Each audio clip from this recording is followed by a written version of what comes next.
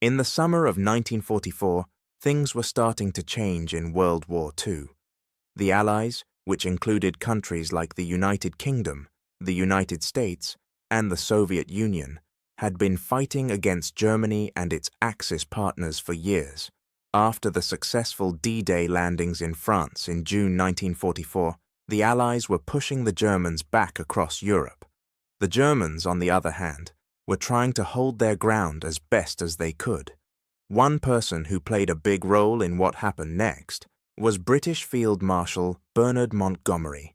He was a top military leader for the Allies and had a bold plan. Montgomery thought he could end the war by Christmas 1944 if his plan worked.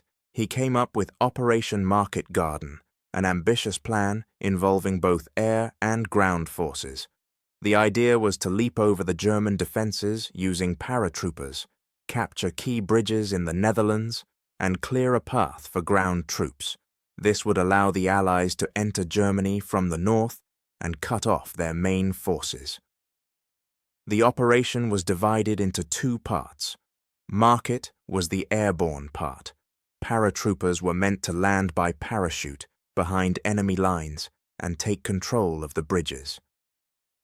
These soldiers came from airborne divisions of countries like the United States, the United Kingdom, and Poland. Garden was the ground part. British tanks and vehicles would drive up through the Netherlands to link up with the paratroopers and secure the bridges. On September 17, 1944, the operation began.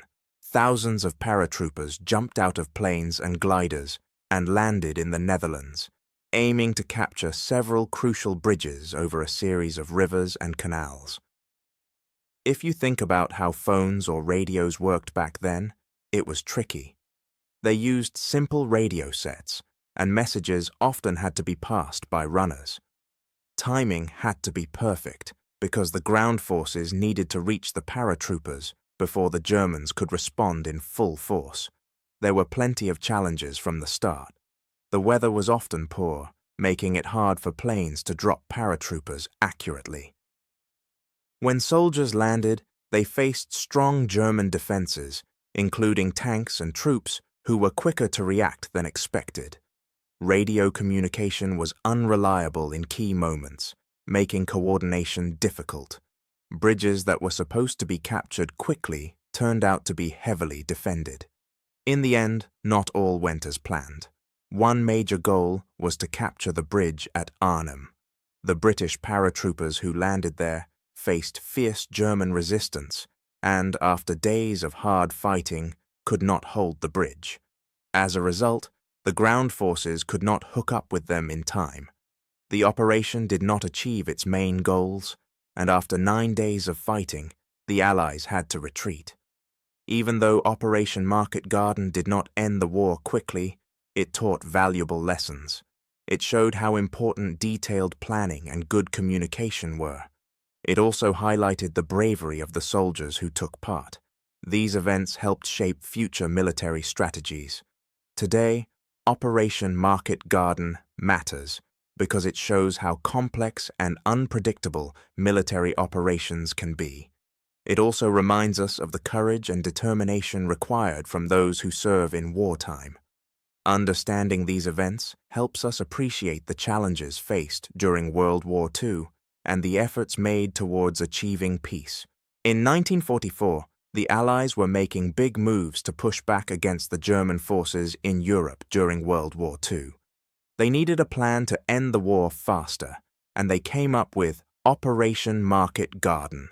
It was a bold strategy involving both air and ground troops, designed to capture key bridges in the Netherlands and allow the Allies to invade Germany.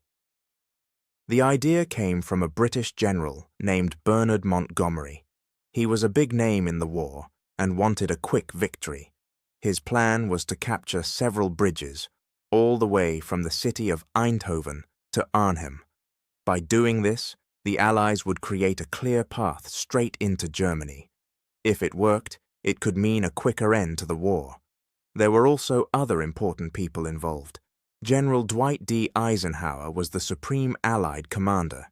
He was the guy in charge of all the Allied forces.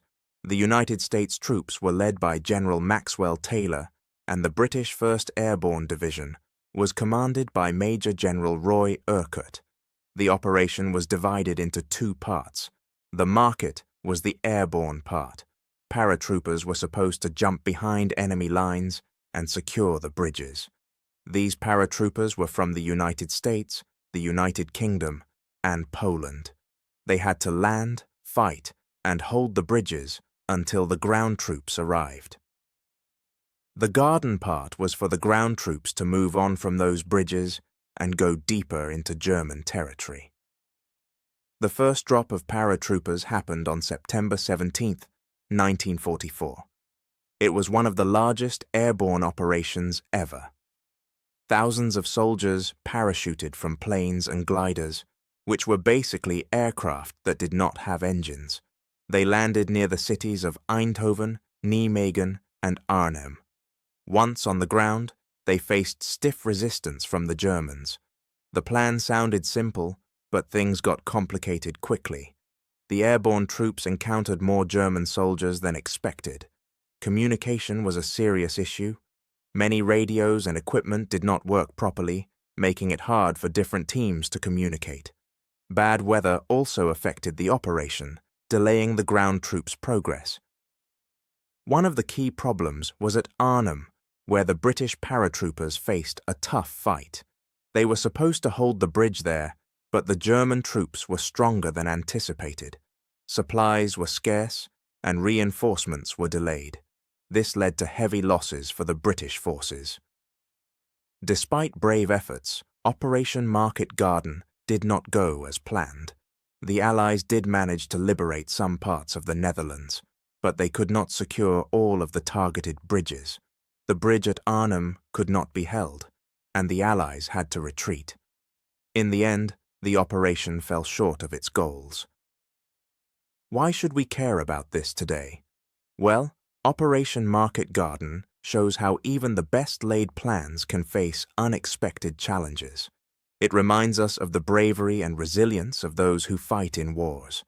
The operation also taught military leaders valuable lessons in planning and coordination that are still studied today.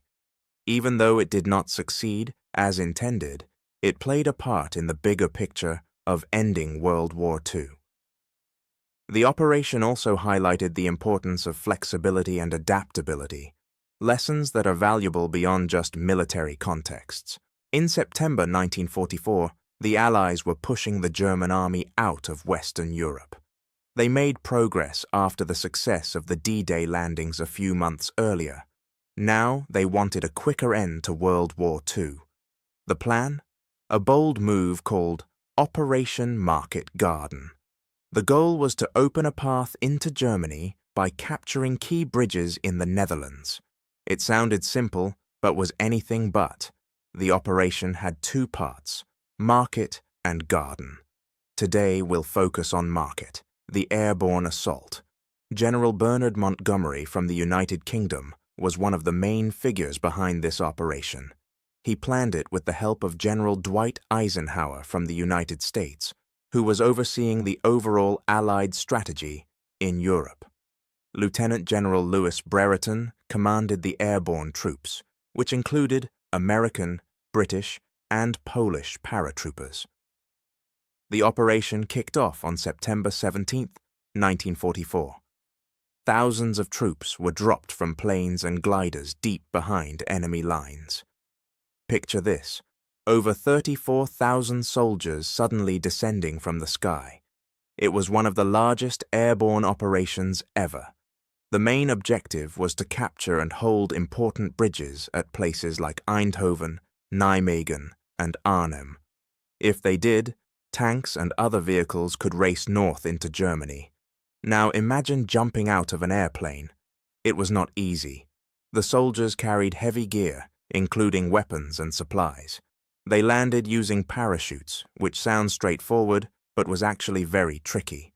The gliders that carried equipment were towed by airplanes and had to land carefully. These gliders were like big flying containers with no engines, so pilots needed to be skilled to land them without crashing. Once on the ground, the airborne troops faced many problems. First off, the Germans were stronger than expected, with many more soldiers and tanks. Communication was another big issue. Radios they used were often unreliable, so coordinating attacks was difficult. The terrain posed challenges too.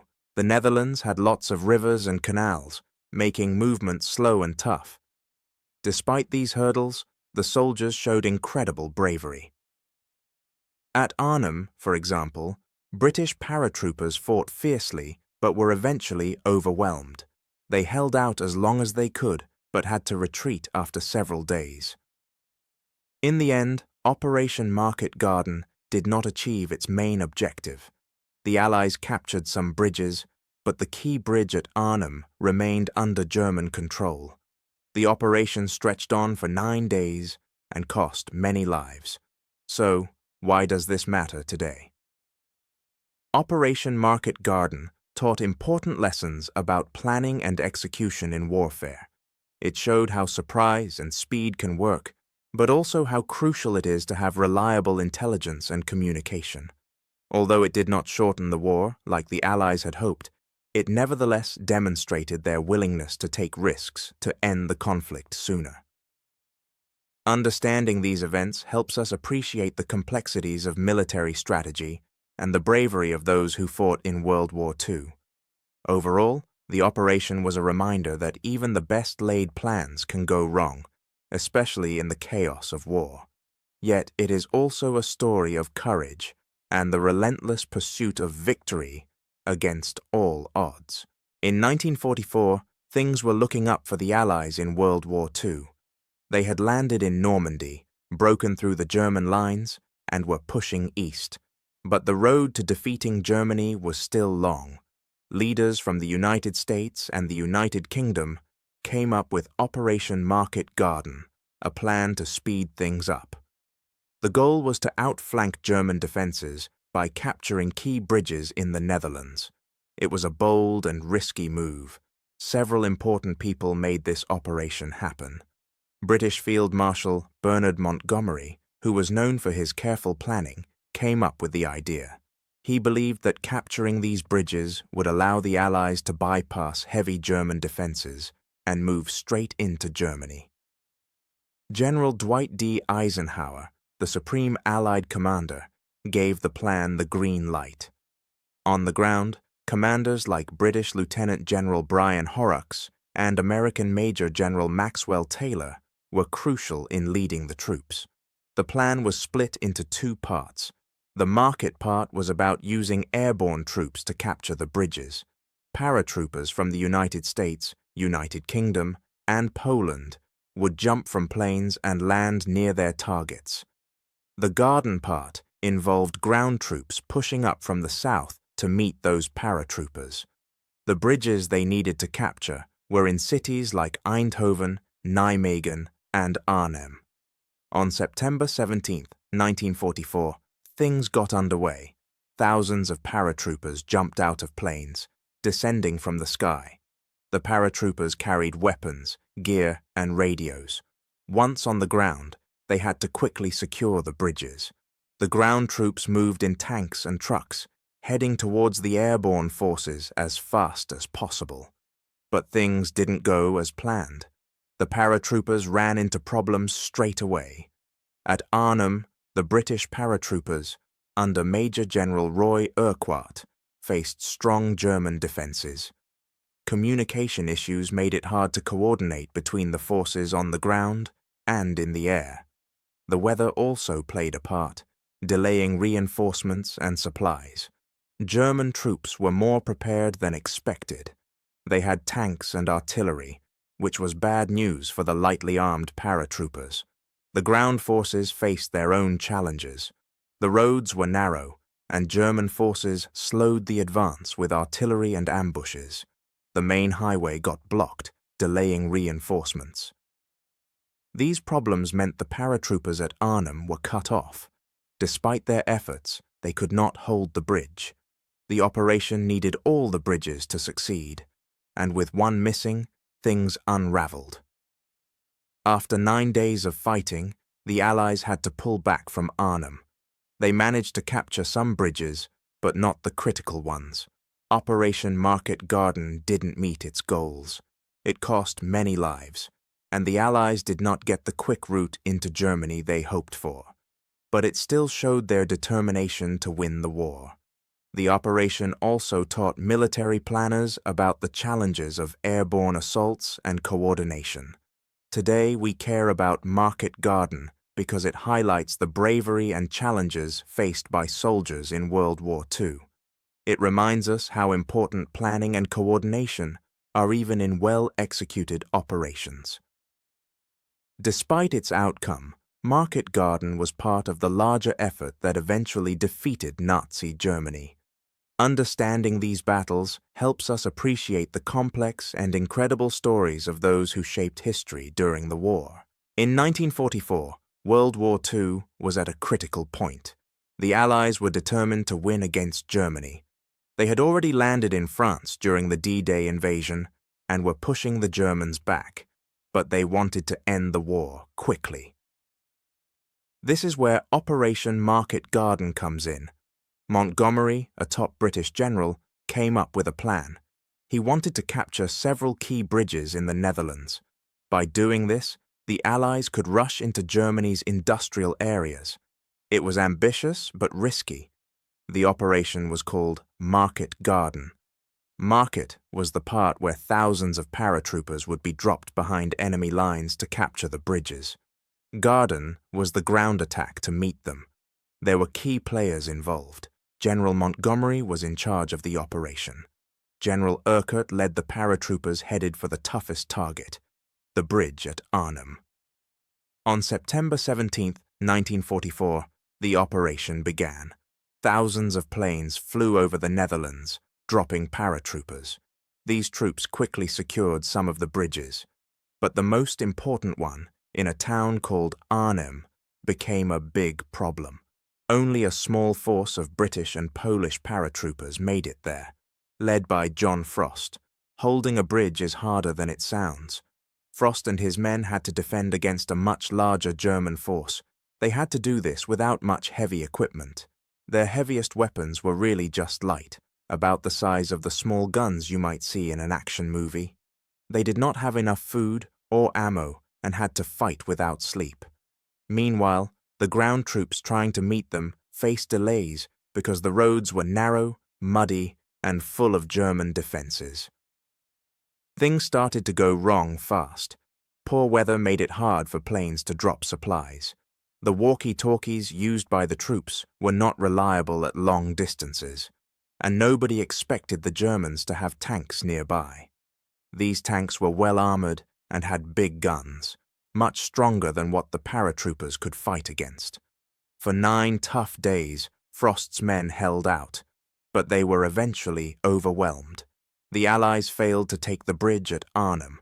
Because of this, the ground troops could not advance past the Rhine River.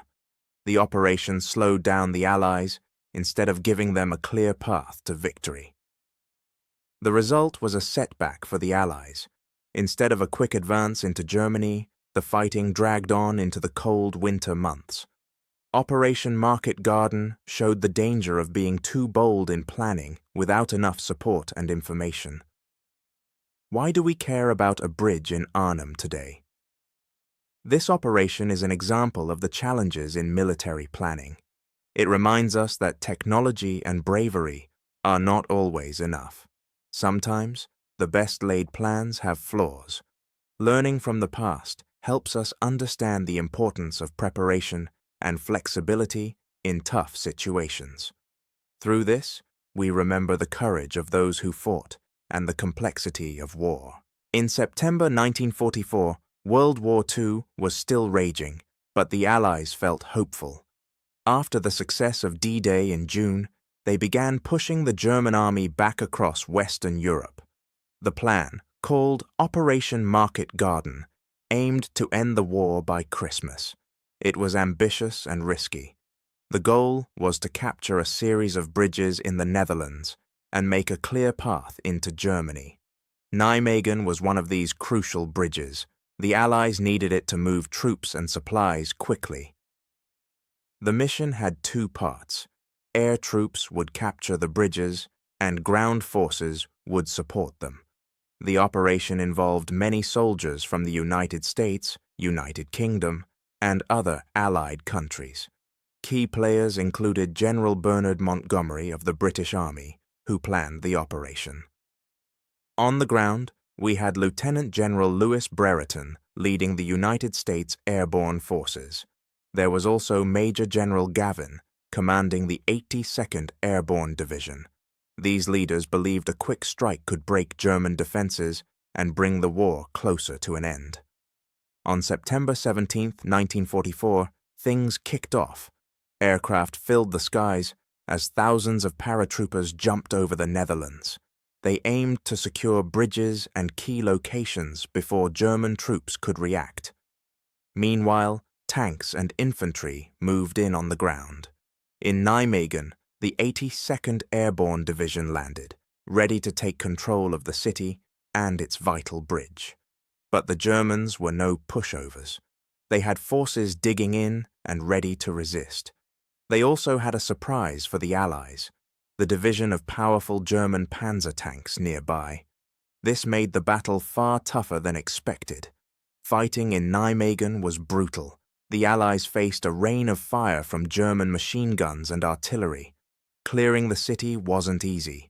Troops moved street by street, battling for every inch. Houses and buildings turned into strongholds.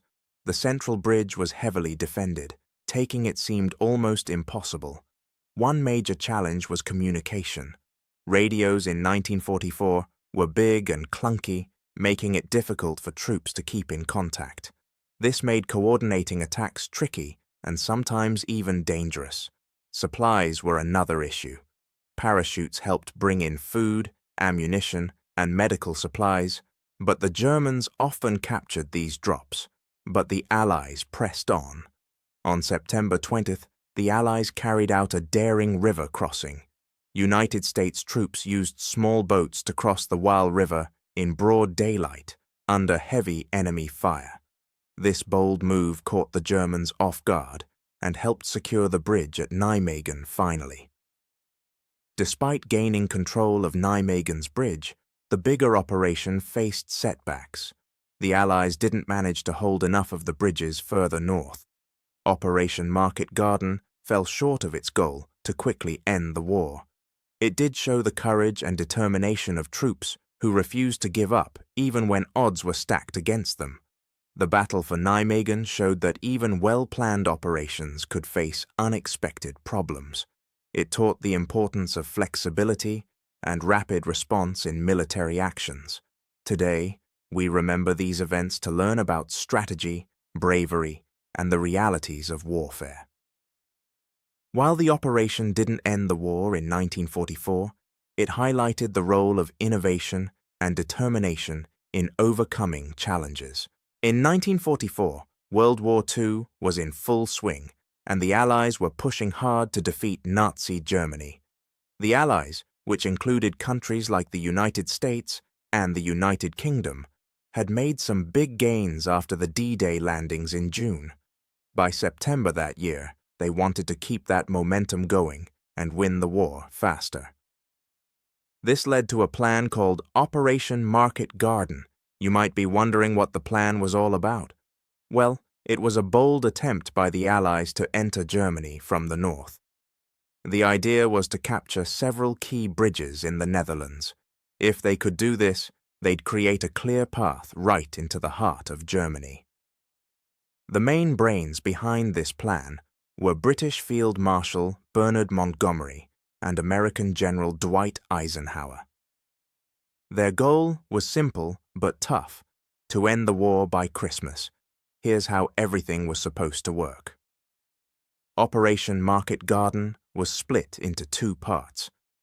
Market was the name for the air assault. Thousands of paratroopers from the United States, United Kingdom, and Polish forces would drop from the skies to capture the bridges. Garden was the ground part of the operation. Tanks and soldiers would drive up to meet the airborne forces, securing the captured bridges and pushing into Germany. On September 17, 1944, the operation kicked off. Troops dropped out of planes, parachuting into the Netherlands. They faced challenges from the very start. The weather was a big problem, making it hard for planes to see where they were going. Communication was another major issue.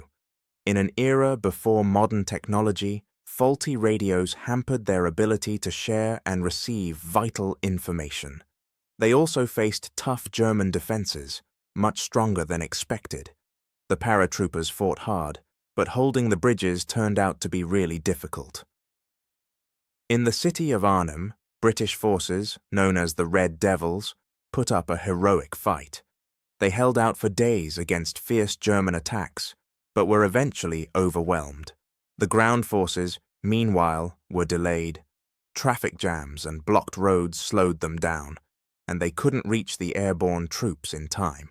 Now, what were the results of this daring plan? Sadly, Operation Market Garden was mostly a failure. Many soldiers lost their lives, and the Allies did not achieve their goal of a quick path to Germany. The bridge at Arnhem remained under German control. It would take several more months of hard fighting before the Allies finally crossed the Rhine River and entered Germany in 1945. So, why does the story of Operation Market Garden matter today? For starters, it's a powerful lesson in military strategy and planning. Ambition is important, but so is understanding the risks. The operation also showed how technology, like poor radio communications, can dramatically affect whether a plan succeeds or fails. But beyond the military lessons, Operation Market Garden is also about human bravery and determination. Even when things went wrong, the soldiers fought hard to try and make it work. Their actions remind us of the complexities and sacrifices of war, and how courage sometimes shines brightest in the face of defeat. Understanding Operation Market Garden gives us insight into the challenging decisions made during World War II. It teaches us about the unexpected twists in history and how they have shaped the world we live in today. It's not just an event on a timeline. It's a story of real people, risky plans, and the push to end one of history's darkest chapters. In September 1944, World War II was at a crucial point. The Allies had landed in Normandy and were pushing east through France, trying to reach Germany as fast as they could. They were making progress, but they needed a quick way to end the war in Europe. That's when they came up with Operation Market Garden. This was a bold plan to capture a series of bridges in the Netherlands, hoping to create a clear path into Germany. The operation was led by some key figures. British General Bernard Montgomery was the mastermind behind the plan. He wanted to get the war over before Christmas. The operation included the forces of the United Kingdom, the United States, and other Allied countries. Lieutenant General Brian Horrocks commanded the ground troops, while Major General Roy Urquhart led the British airborne forces. Meanwhile, Lieutenant General Louis Brereton took charge of the airborne operations from the United States. Operation Market Garden began on September 17, 1944. It was a mix of two operations. Market was the airborne assault. Thousands of paratroopers were dropped behind enemy lines to capture key bridges. Garden was the ground assault, which aimed to link up with the airborne forces by moving quickly along the road that the bridges connected. Paratroopers were dropped using specially designed aircraft called gliders. These gliders were quiet and allowed troops to land relatively undetected. However, they were unarmed and vulnerable to bad weather and enemy fire. The paratroopers who landed faced heavy resistance. This was a huge problem because they needed to hold the bridges until the ground forces arrived. The ground forces encountered their own difficulties. They had to advance along a narrow road, which was easy for the Germans to defend. Any delay meant the airborne troops were left hanging by themselves. That's exactly what happened at Arnhem, the most significant of the bridges. The troops there found themselves cut off and overwhelmed by the German counterattack. Because of all these challenges, Operation Market Garden did not succeed.